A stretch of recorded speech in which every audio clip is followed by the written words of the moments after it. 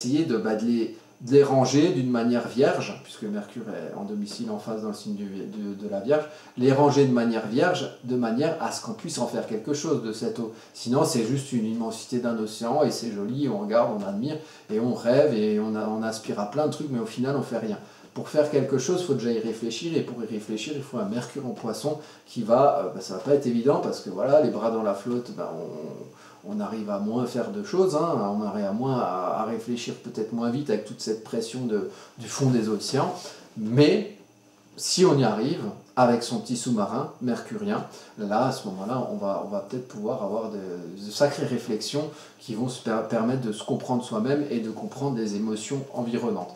Et par les temps qui courent, c'est quand même pratique, puisqu'on est aujourd'hui même, le 12 avril 2022, le jour de la conjonction Neptune-Jupiter en Poisson. En plus, on a Vénus qui est en Poisson en ce moment aussi, le signe exalté. Mercure il y était au mois dernier, au mois de mars en Poisson.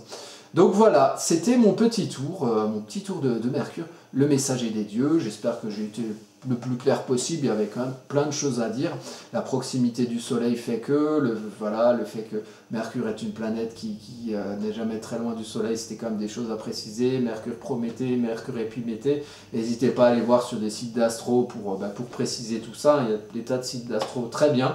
D'ailleurs, je ferai une vidéo prochainement pour vous dire lesquels je trouve chouettes et sur lesquels je vous invite à aller, parce que voilà, il n'y a pas que mes explications qui valent. Moi, je vais voir plein de vidéos d'astro aussi.